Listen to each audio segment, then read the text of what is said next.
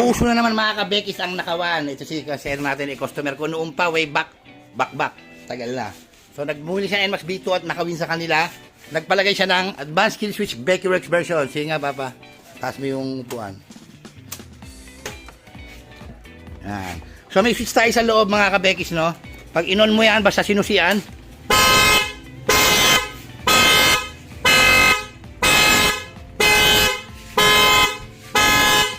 Okay, pandarin mo nga sir. So umaandar yan. Basta pinindot na, kapindot yan. Pwede rin pong naka-remote kahit wala na yun o pwedeng sabay. So meron tayong video sa YouTube channel ko niyan. Sundan nyo lang yung DIY. Huwag na kayo magkabit ng mga pa-alarm kasi sigurado mag-iipon kayo ng battery doon katagalan. 6 months. Sa mga na-encounter ko 6 month lobat, 1 year lobat, palit ng battery. Hanggat di tinatanggal yung alarm, battery ng battery. So ito pinaka-safe. Becky-Works version sa YouTube channel ko. Kung gusto nyo makaiwasan na ako yung motor nyo, panuorin nyo doon mga kabekis, no?